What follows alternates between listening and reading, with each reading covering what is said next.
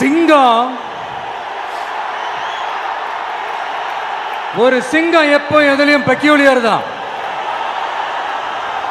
ஒரு முறை சிங்கம் கரிச்சிச்சதுன்னா அந்த சவுண்ட்ல ஒரு 8 கிலோமீட்டருக்கு சும்மா அதிரும், எல்லா திசைகளும் அதிரும். அப்படிப்பட்ட அந்த சிங்கம் வேட்டைக்கு மட்டும்தான் வெளியில வரும், வேடிக்கை பார்க்கறதுக்கெல்லாம் வெளியில வராது. வேட்டையில கூட உயிரோடு இருக்கிற மிருகங்களை தான் வேட்டையாடும். அதுலயும் பெரும்பாலும் தன்னை விட பெரிய சைஸ் உள்ள மிருகங்களை தான் குறி வச்சு தாக்கும், ஜெயிக்கும். எவ்வளவு பசியில் இருந்தாலும் உயிர் இல்லாததை, கெட்டு போனதை தொட்டு கூட பார்க்காது. அப்படிப்பட்ட அந்த சிங்கம் அவ்வளவு ஈஸியா எதையும் தொடாது, தொட்டா விடாது. காட்டோட 4 பக்கமும் மார்க்கிங் மை டெரிட்டரின்னு தன்னுடைய பவுண்டரியை தானே வகுக்கும். அப்படிதான் அந்த காட்டையே தன்னோட கண்ட்ரோல்ல வச்சிருக்கும். சிங்கத்துக்கு கூட்டத்தோட இருக்கிறதுக்கும் தெரியும், தனியா இருக்கிறதுக்கும் தெரியும். அப்படியே தனியா வரணும்னு நினைச்சாலும் அஞ்சாம அலட்டிக்காம சும்மா கெத்தா தனியா வந்து அத்தனை பேருக்கும் தண்ணி காட்டும். எப்போ எதுலயும் தன்னோட தனித்தன்மையை இழக்கவே இழக்காது. Yes, a lion is always a lion.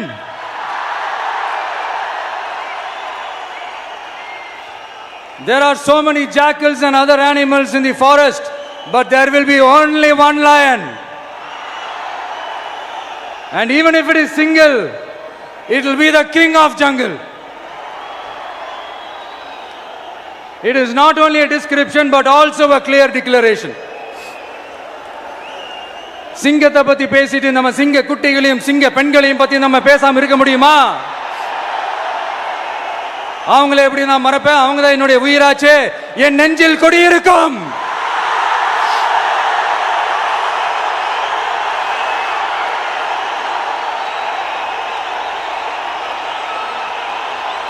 என்னுடைய தோழர்களுக்கும் தோழிகளுக்கும்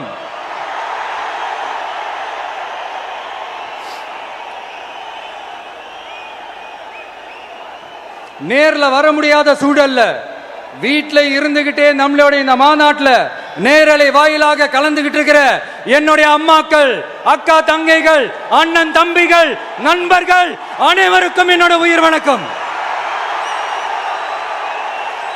என்னோட உயிர் வணக்கம், என்னோட உயிர் வணக்கம்.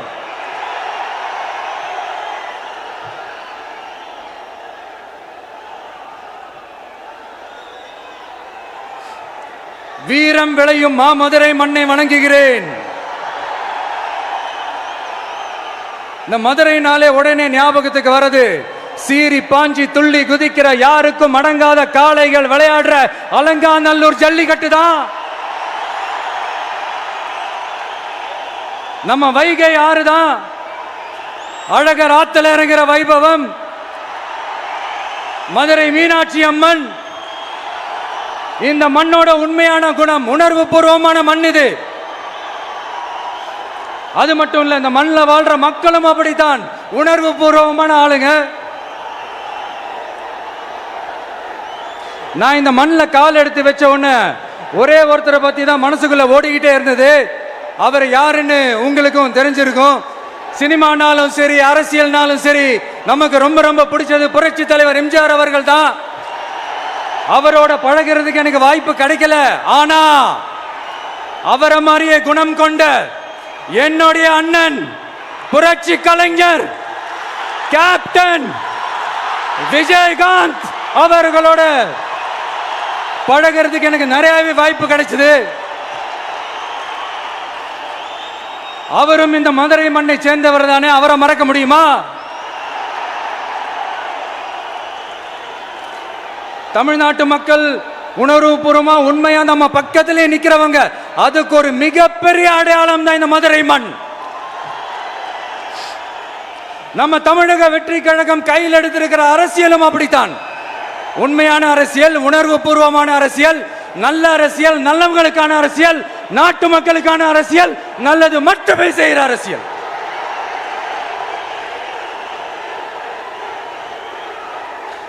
இதோ நம்மளுடைய இந்த இரண்டாவது மாநில மாநாடு வாகை சூடும் வரலாறு திரும்புகிறது. அப்படி இந்த மாநாட்டுக்கு பேர் வச்சிருக்கிறோம். 1967லயும் 1977லயும் நம்ம தமிழக அரசியல் ஒரு மிகப்பெரிய ஆட்சி அதிகார மாற்றங்கள் ஒண்ணு நடந்துச்சு இல்லையா? அதே மாதிரிதான் அடுத்த வருஷம் 2026ல அப்படி ஒரு வரலாறு திரும்ப போகுதுன்னு உறுதியா சொல்றதுக்கான மாநாடு தான் நம்மளோட இந்த இரண்டாவது மாநில மாநாடு. விக்கிரவாண்டி விசாலையில் நம்மளுடைய ஃபர்ஸ்ட் மாநாடு நடத்தணும், வெற்றி கொள்கை திருவிழா. அதுக்கப்புறமே நீங்க பார்த்திருப்பீங்க தமிழக அரசியல் அந்த தட்ப வெப்பத்தையே மாத்தினுச்சு. நமக்கு எதிராக எத்தனை குரல்கள். ஆனா உங்களுக்கு தான் நம்மளை பத்தி நல்லா தெரியுமே, எந்த குரலையும் காதலையே போட்டுக்காம மக்களோட குரலை மட்டுமே கேட்டுக்கிட்டு நமக்கு எதிராக வர அத்தனை கூக்குரல்களையும் சின்னதா ஒரு சிரிப்போடவே கடந்து வந்திருக்கிறோம். அது இல்லாம நம்ம மாநாட்டில் ஒலிக்கிற இந்த குரல் இந்த ஒற்றை தமிழ் மகனோட குரல் மட்டுமல்ல, ஒட்டுமொத்த தமிழ்நாட்டு மக்களுடைய குரல். தமிழ்நாட்டில் இருக்கிற ஒவ்வொரு வீட்டில இருந்தும் ஒலிக்கிற குரல், ஒட்டுமொத்த உலகெங்கும் வாழும் ஒவ்வொரு தமிழ் வீட்டிலிருந்தும் எழும் குரல். இந்த சினிமா என்கிற மாபெரும் கலை ஆயுதத்தின் வாயிலாக சாதி, மதம், இனம், பாலினம், மொழி கடந்து இந்த நாட்டின் மூளை முடுக்கெங்கும் ரசிகர்களாக இருந்து தோழர்களாக நம்மோடு பயணிக்க துவங்கியுள்ள அனைவரோடும் இணைந்த ஒவ்வொரு மனிதருக்காகவும் ஒலிக்கிற உரிமை குரல். மாநில உரிமைக்காக, பெண் உரிமைக்காக, சமூக நீதிக்காக, சமநீதிக்காக, மதச்சார்பின்மைக்காக உண்மையா ஒலிக்கிற குரல். அதனால் இந்த குரலுக்கு எதிராக இன்னும் இன்னும் எத்தனை எத்தனை குரல்கள் வந்தாலும் ஓங்கி ஒலிக்குமே தவிர ஒரு நாளும் ஓயவே ஓயாது. Yes, it is an unstoppable voice, an unstoppable force.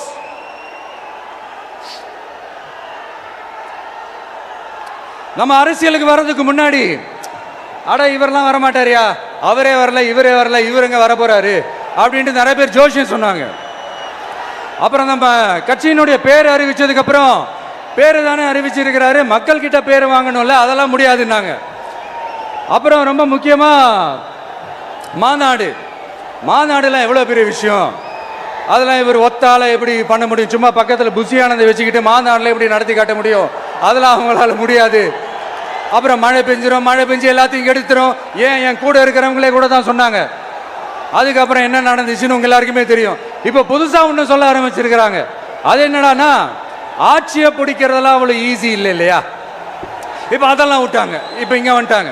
இவர் நேரா ஷூட்டிங்ல இருந்து வருவாராம், வந்து ஆட்சியை பிடிப்பாராம். அது எப்படி இவராலே முடியும், அவராலே முடியல, இவராலே முடியல, அவருக்கு அத்தனை வருஷம் ஆச்சு, இவராலே எப்படி முடியும்ட்டு ஒரு பக்கம்.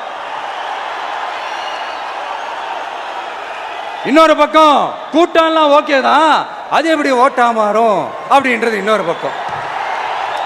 இப்படி கதை, திரைக்கதை, வசனம், இயக்கம், பாடல்கள்,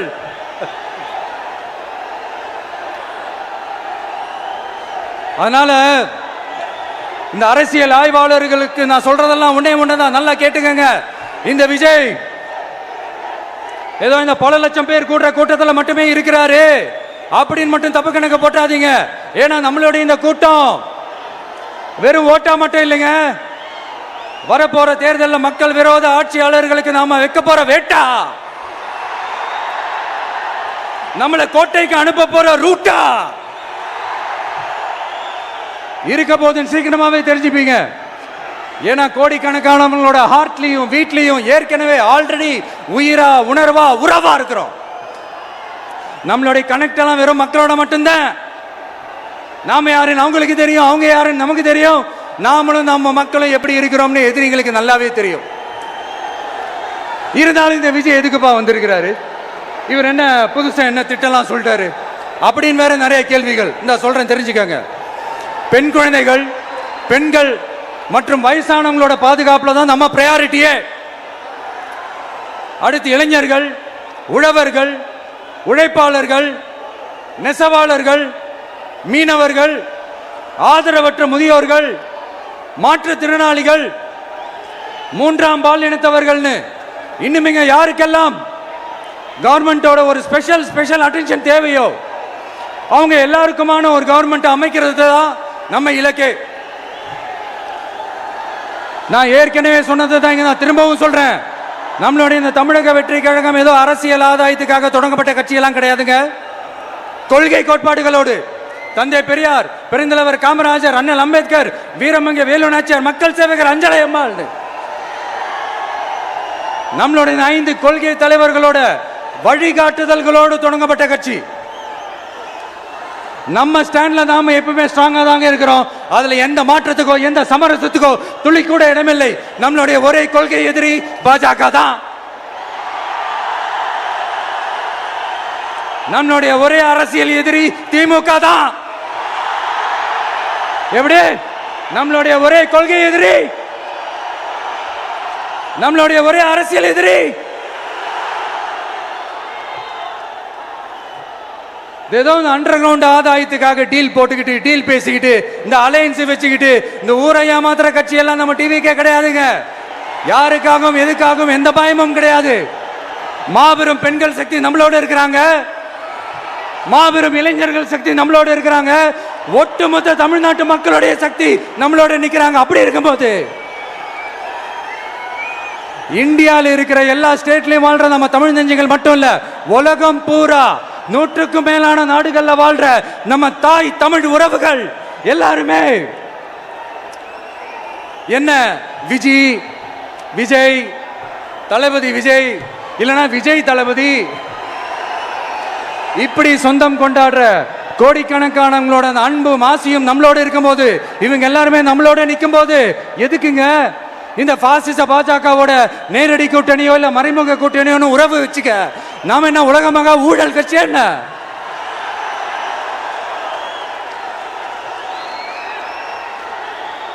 நம்மளை பத்தி சின்னதா ஒரு உண்மை ஒண்ணு சொல்லலாமா? என்னடா இவர் வாயால இப்படி சொல்றாருன்ட்டு யாரும் தவறா நினைச்சுக்க வேணாம். ஏன்னா இது ஒரு விதத்துல ஒரு ஃபேக்டும் கூட. அதனாலதான் நான் சொல்லணும்னு ஆசைப்படுறேன். நம்ம யார் தெரியும்ல? நாம எல்லாருமே சொல்றேன். நாம யார் தெரியும்ல? இந்தியாவின் மாபெரும் மக்கள் சக்தி கொண்ட ஒரு மகத்தான வெகுஜன மக்கள் படை.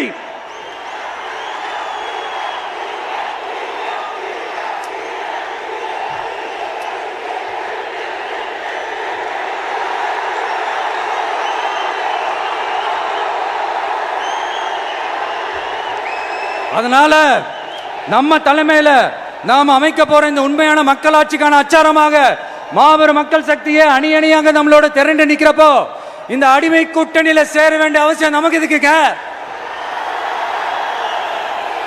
நம்மளுடைய இந்த கூட்டணி சுயமிழந்த கூட்டணியால இருக்காது, சுய மரியாதை கூட்டணியா தான் இருக்கும். இந்த ஒரு பக்கம் RSS கிட்ட அடிபணிஞ்சுக்கிட்டு, இன்னொரு பக்கம் மதச்சார்பற்ற கூட்டணின்னு இந்த மக்களை ஏமாத்துற கூட்டணியால நம்ம கூட்டணி இருக்காது.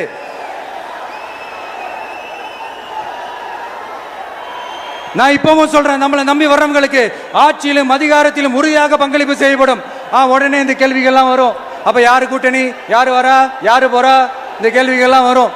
இந்த கேள்விகளுக்கெல்லாம் ஒரே ஒரு பதில் தான், சஸ்பென்ஸ்ல சஞ்சாரம் செய்யுங்க.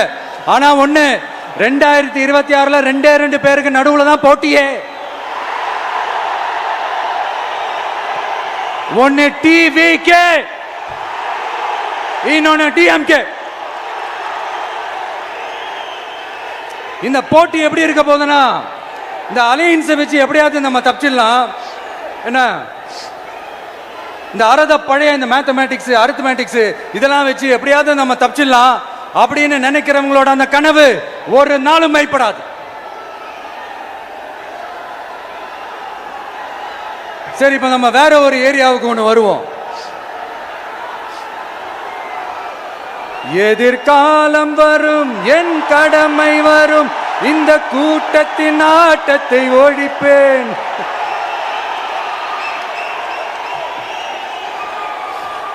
மக்கள் அரசியல் என்ற அந்த சவுக்க கையில் எடுக்கலாமா? யாருக்கு எதிரான தானே கேட்கிறீங்க? வேற யாரு?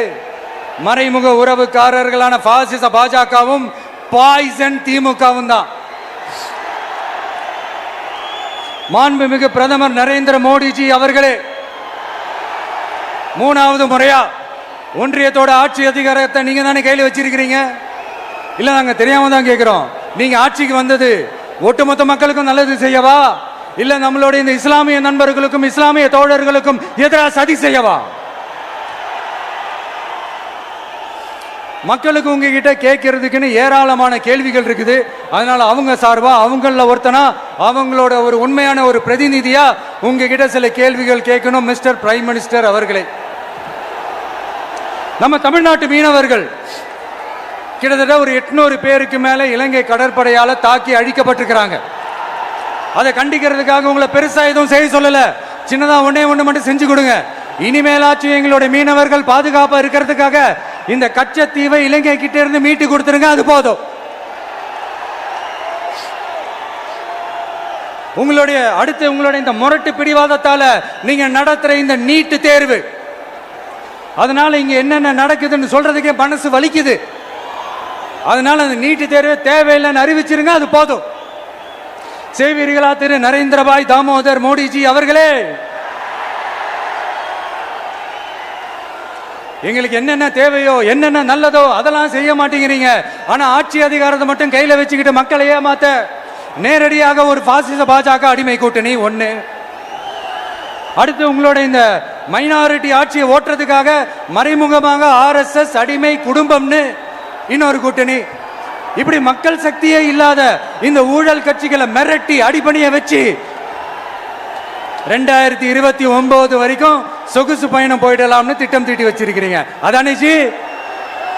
என்ன ஜி? ஒண்ணு மட்டும் சொல்றேன், தெரிஞ்சுக்கங்க. என்னதான் நீங்க இந்த நேரடி மறைமுக கூட்டணி குட்டிகரணம் போட்டாலும் தாமரை இலையில தண்ணியே ஒட்டாது. தமிழக மக்கள் மட்டும் எப்படி ஒட்டுவாங்க?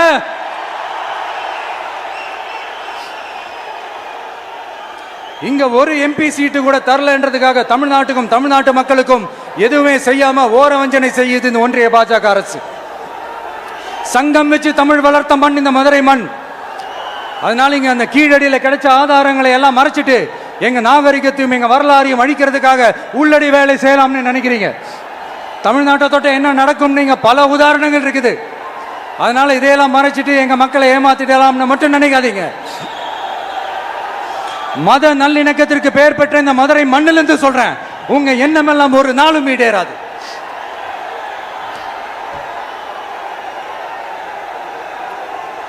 எம்ஜிஆர்னா யார் தெரியும்ல? அவர் மாஸ்னா என்னன்னு தெரியும்ல?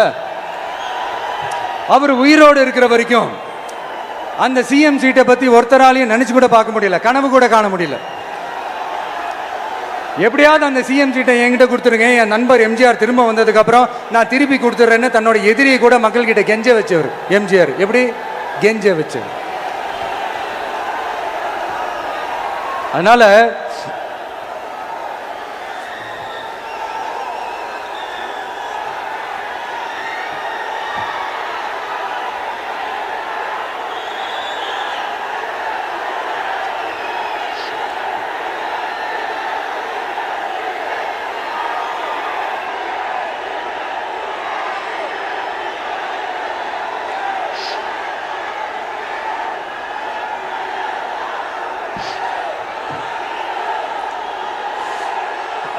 ஆனா இப்போ அவர் ஆரம்பிச்ச அந்த கட்சியை, எம்ஜிஆர் அவர்கள் ஆரம்பிச்ச அந்த கட்சியை கட்டி காக்கிறது யாரு? இன்னைக்கு அந்த கட்சி எப்படி இருக்குது? அதை நான் சொல்லிதான் உங்களுக்கு தெரியணுமா? அப்பாவி தொண்டர்கள் அதை வெளியில சொல்ல முடியாம வேதனையில தவிக்கிறாங்க. 2026 சட்டமன்ற தேர்தலில் யாருக்கு ஓட்டு போடணும், எப்படிப்பட்ட ஆட்சி இங்க அமையணும்னு அந்த அப்பழுக்கற்ற அந்த தொண்டர்களுக்கும் ரொம்ப நல்லாவே தெரியும். அதனால என்ன வேஷம் போட்டுக்கிட்டு பாஜக இங்க தமிழ்நாட்டுக்குள்ள வந்தாலும் அவங்க வித்தை எல்லாம் இங்க வேலைக்கே ஆகாது. இப்படி பொருந்தா கூட்டணியா இந்த பாஜக கூட்டணி இருக்கிறதுனால இப்ப ஆட்சியில இருக்கிற இந்த வெற்றி விளம்பர மாடல் திமுக என்ன செய்யுதுன்னு தெரியும்ல? பாஜகவோட உள்ளுக்குள்ள ஒரு உறவை ஒன்று வச்சுக்கிட்டு வெளியில எதிர்க்கிற மாதிரி ஒரு டிராமா ஒன்று பண்ணிக்கிட்டு எதிர்கட்சியா இருந்தா போங்க மோடின்னு பலூன் விடுறது, ஆளுங்கட்சியா இருந்தா வாங்க மோடின்னு கொடை பிடிச்சுக்கிட்டு கும்பிடு போடுறது. இது மட்டுமா? ஒரு ரைடுன்னு ஒன்று வந்துட்டா போதும், இது வரைக்கும் போகவே போகாத ஒரு மீட்டிங், அதை காரணம் காட்டி டெல்லிக்கு போறது, அங்க ஒரு சீக்கிரட் மீட்டிங் நடத்துறது. நல்லா நோட் பண்ணணும் மக்களே, அந்த மீட்டிங் அப்புறம் இந்த இஷ்யூ அப்படியே காணாம போயிருக்குமே. அதேதான் Stalin uncle, what uncle is very wrong uncle.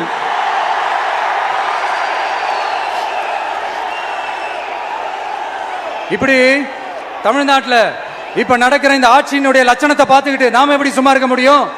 ஒரு தவறு செய்தால், அதை தெரிந்து செய்தால், அவர் கபட நாடக மு.க. ஸ்டாலின் அங்கிளாகவே இருந்தாலும்,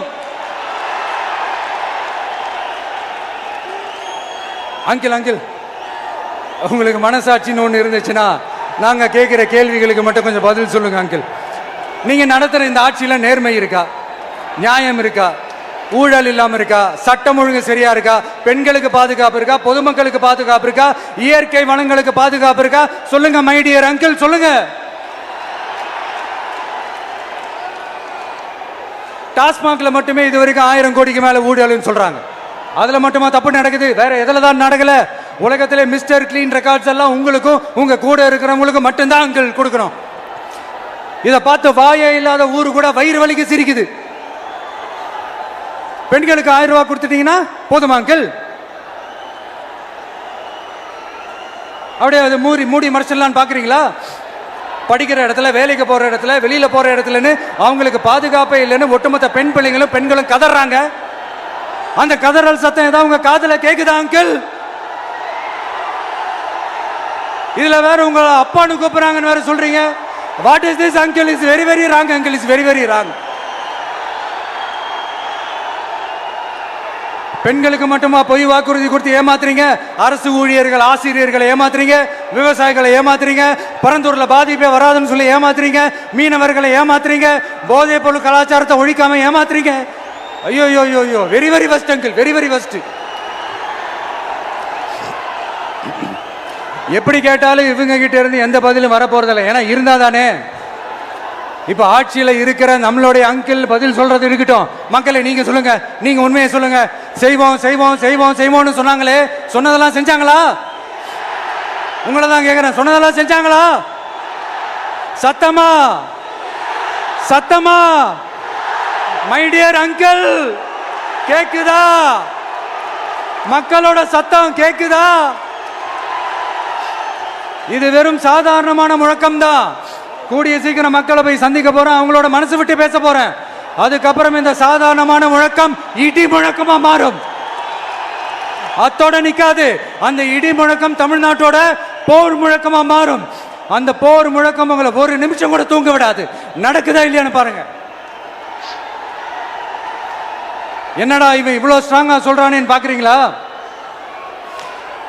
எல்லாரும் கட்சி ஆரம்பிச்சதுக்கு அப்புறம் தான் ஒவ்வொரு வீட்டுக்குள்ளேயும் போறதுக்கு ட்ரை பண்ணுவாங்க. ஆனா நாங்க அப்படி இல்லை. ஒவ்வொரு வீட்டுக்குள்ளேயும் போனதுக்கு அப்புறம் தான் கட்சியாவே ஆரம்பிச்சிருக்கிறோம்.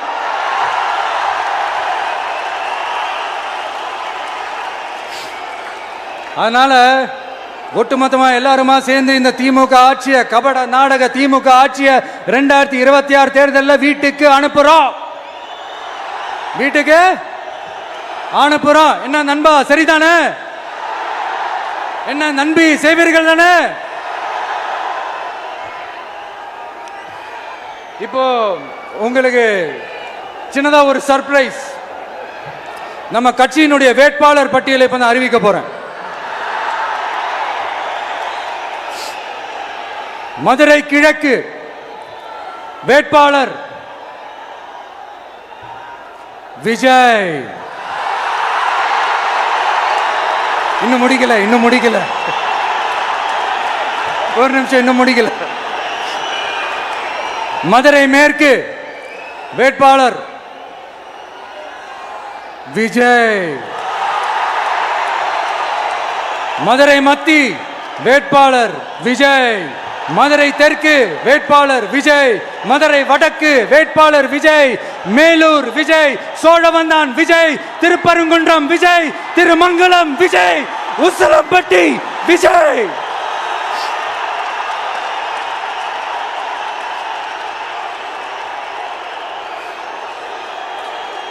என்னடா எல்லா தொகுதியிலையும் ஒரே வேட்பாளர்னு பாக்குறீங்களா?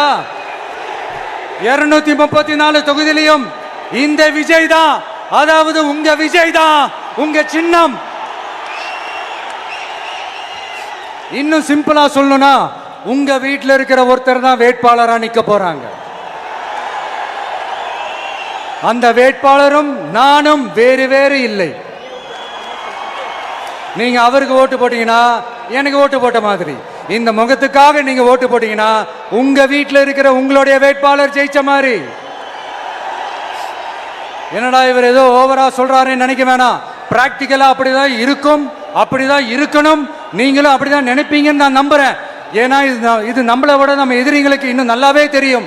அதனால எல்லாம் இந்த அதிகார பலம் எல்லாத்தையும் தூக்கிட்டு வந்துருவாங்க. வரட்டும், பாத்துக்கலாம். TVK will take it, TVK will meet it, TVK will compete with it and TVK will conquer it. TVK will conquer it.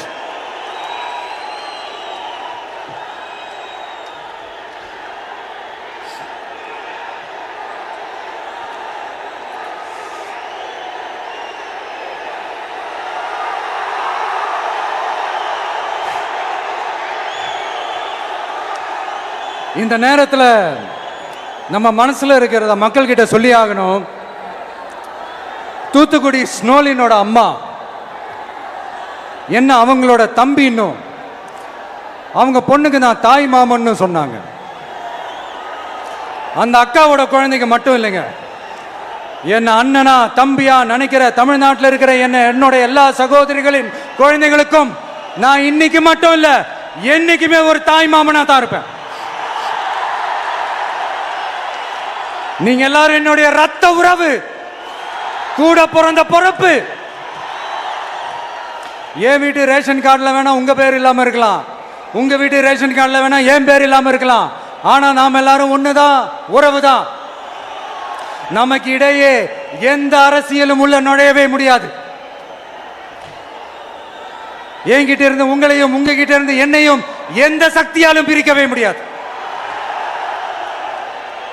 அப்புறம் நான் ஒன்னும் இந்த மார்க்கெட் போனதுக்கு அப்புறம், ரிட்டையர் ஆனதுக்கு அப்புறம் அடைக்கலம் தேடி அரசியலுக்கு வரல, படைக்கலனோட வந்திருக்கிறோம். பவர்ஃபுல் ஃபோர்ஸோட, மாபெரும் படை வரிசையோட, எல்லாத்துக்கும் தயாராகி தான் வந்திருக்கிறோம்.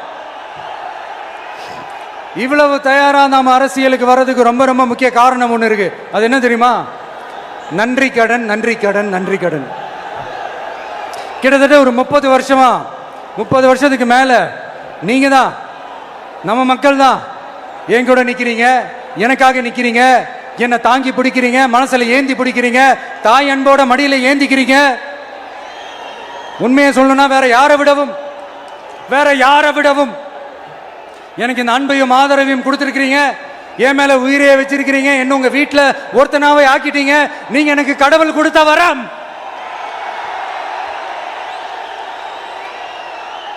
உலகம் பூரா நமக்காக நம்ம கூட நிக்கிற நம்ம மக்களை நான் எப்படி மறப்பேன்? நான் என் லைஃப்ல ரொம்ப உயிரா நினைக்கிறது பெண்களை, குழந்தைங்களை, இளைஞர்களை, உழைக்கிற மக்களை தான். இவங்க தான் நம்மளோட வகைரா. இதை பார்த்து தான் நம்மளோட எதிரிகளுக்கு பத்தி எரியுது. அதுக்காக நாம் என்ன செய்ய முடியும்? அதனால நம்ம உறவுகளை, சொந்தத்தை, வகைராவை யாருக்காகவும் எதுக்காகவும் விட்டு கொடுக்க முடியாது இல்லையா? Here at this moment among this August gathering, I want to open my heart and say I enjoy people, I respect people, I worship people.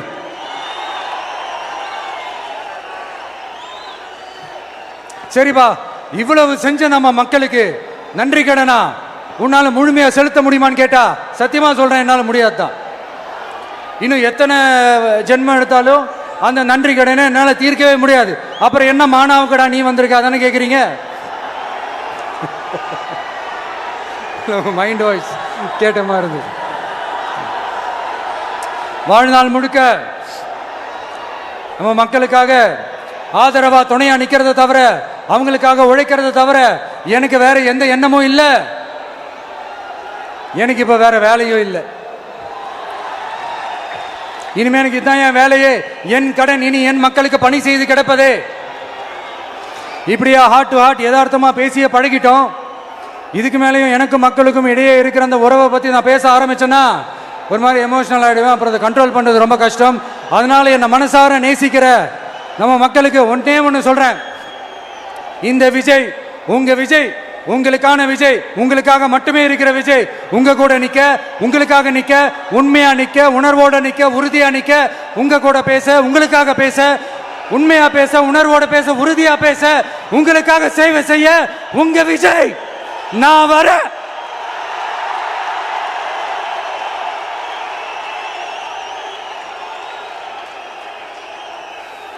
சொல்லல முக்கியம், செயல் செயல் செயல் தான் முக்கியம். செய்கை தான் சும்மா சிறப்பா இருக்கணும். நான் ஆட்சிக்கு வந்தேன்னா சும்மா அது செய்வேன் இது செய்வேன் நல்லது செய்வேன் உருட்டுவேன் புரட்டுவேன் அதெல்லாம் கிடையாது. செய்யறதுக்கு நல்லது செய்யறதுக்கு நல்லது செய்யறதுக்கு மட்டும்தான் இந்த விஜய். அப்புறம் ஒரு அரசியல் தலைவன் அவன் சினிமாக்காரனா நல்லவனா கெட்டவனா இதெல்லாம் தாண்டி அவன் உண்மையானவனா, அதுதான் ரொம்ப ரொம்ப முக்கியம். இது சம்பந்தமா ஒரு குட்டி கதை ஒன்று சொல்றேன்.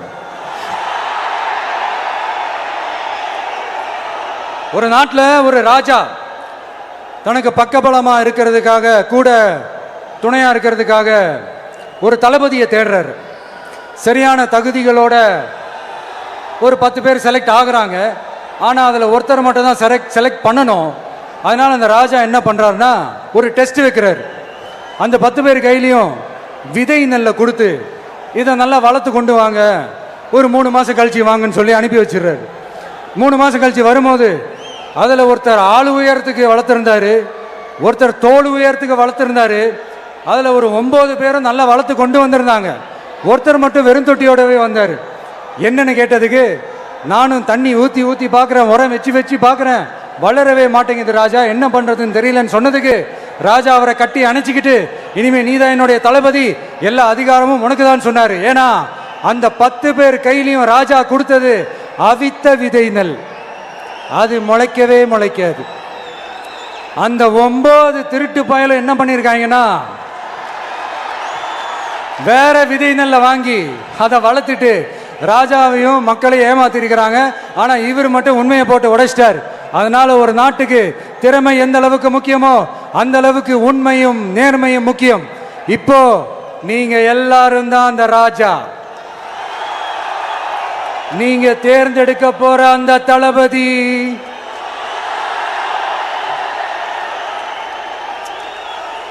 சும்மா சினிமாக்காரன் சினிமாக்காரன் சினிமாக்காரன். அம்பேத்கர் அவர்களை தோக்கடிச்சது சினிமாக்காரன் இல்ல, அரசியல்வாதி.